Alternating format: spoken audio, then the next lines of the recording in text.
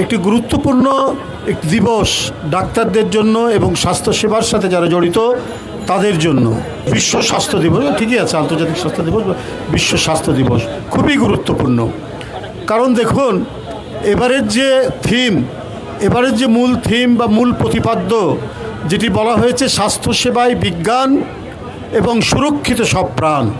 অর্থাৎ এই থিমের মধ্যে বলা হয়েছে যে সবাইকে বিজ্ঞানের সাথে থাকতে, বিজ্ঞানের সাথে না থাকলে পরে আমরা সঠিক চিকিৎসা, সুস্বাস্থ্য এবং মানুষকে আমরা সঠিক ডায়াগনোসিস করে চিকিৎসকরা চিকিৎসা দিতে পারে না। আপনারা জানেন এই যে টিকা, আজকে যে হামের প্রাদুর্ভাব, এই টিকার বিরুদ্ধে প্রচার করা হয়েছে এবং উন্নত দেশ যেখানে জ্ঞান বিজ্ঞানের বিপুল প্রয়াস, সেখানে অ্যান্টি ভ্যাকসিন একটি গ্রুপ রয়েছে, আমি আর নাম ধরে বলতে চাই না। তাহলে বুঝুন আজও সমাজের মধ্যে অন্ধত্ব এবং নানা ধরনের কুসংস্কার ছড়িয়ে রয়েছে।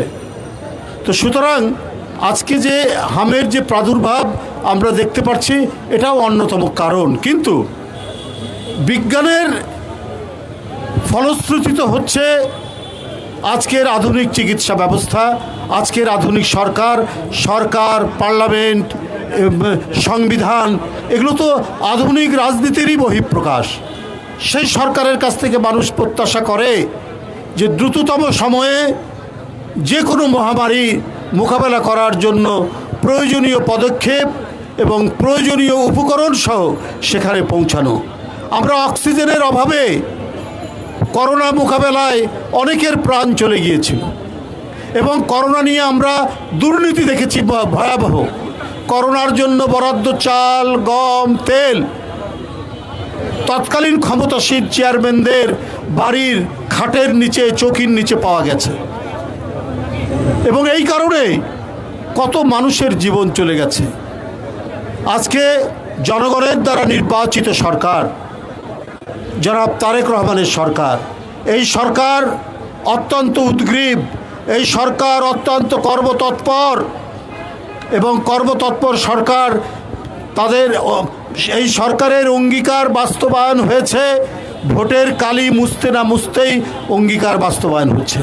কিন্তু জনস্বাস্থ্যকে আরও বেশি গুরুত্ব দিতে হবে। গত 15 বছর কোনো গুরুত্ব দেওয়া হয়নি। অন্তর্বর্তী সরকারের সময়ও কিছুটা অথর্বতার কারণে সুনজর দেওয়া হয়নি এই সেক্টরে। তো সুতরাং বর্তমান জনগণের দ্বারা নির্বাচিত সরকারকে অতি দ্রুত এই হাম মোকাবেলায় কাজ করতে হবে। গত মার্চ থেকে আপনার 12-13 মার্চ থেকে এপ্রিল পড়েছে, এর মধ্যে 138 জনের জীবন চলে গেছে।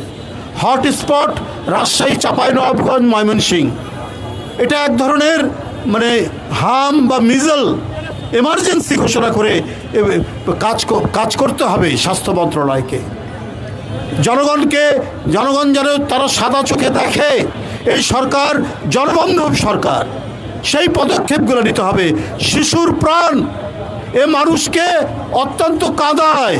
শিশুর প্রাণ এটা মানুষের হৃদয়কে ভেঙে দেয়। যেখানে শিশু মারা যাচ্ছে, 24 ঘন্টায় সারা দেশে 7 জন শিশু মারা গেছে। কেন? এটা শোনার সাথে সাথে গোটা জনগোষ্ঠীর হৃদয়ের মধ্যে করুণ কান্নার ধ্বনি উচ্চারিত হয়। এটা স্বাস্থ্য মন্ত্রণালয় এবং জনস্বাস্থ্যের সাথে যারা জড়িত রয়েছেন সবাইকে দ্রুত গতিতে এই পদক্ষেপ নিতে হবে। কারণ এটি একটি নির্বাচিত সরকার, এটি একটি কর্মতৎপর সরকার। বন্ধুরা আমার, বলা হয়েছে স্বাস্থ্যসেবায় বিজ্ঞান, অর্থাৎ বিজ্ঞানের সাথে আমাদের থাকতে হবে। বিজ্ঞান আমাদেরকে এই জিনিসই শেখায়, সেটি হলো সুস্বাস্থ্য এবং উন্নত মানের চিকিৎসা। বিজ্ঞানের কারণে আজকে আমরা চাঁদ থেকেও অনেক দূরে আমরা যেতে পারছে মানুষ। আজকেই সকালে পড়েছি একেবারে অনেক দূরে গেছে মহাকাশে। তাহলে এই হাম, এটা তো ব্রিটিশ আমল, তার অনেক আগে থেকে এই রোগের কথা আমরা দেখেছি, বিশেষ করে শিশুদেরকে আক্রমণ করে। এই হাম কেন নির্মূল হলো না এতদিন? আমি আগেই বলেছি, কিছু কুসংস্কার, কিছু টিকা বিরোধী অপপ্রচার, এগুলো যেমন হয়েছে তেমনি উদাসীনতাও রয়েছে। গত অন্তর্বর্তী সরকারও এটাকে সুনজরে দেয়নি, দ্রুতগতিতে পদক্ষেপ নেয়নি।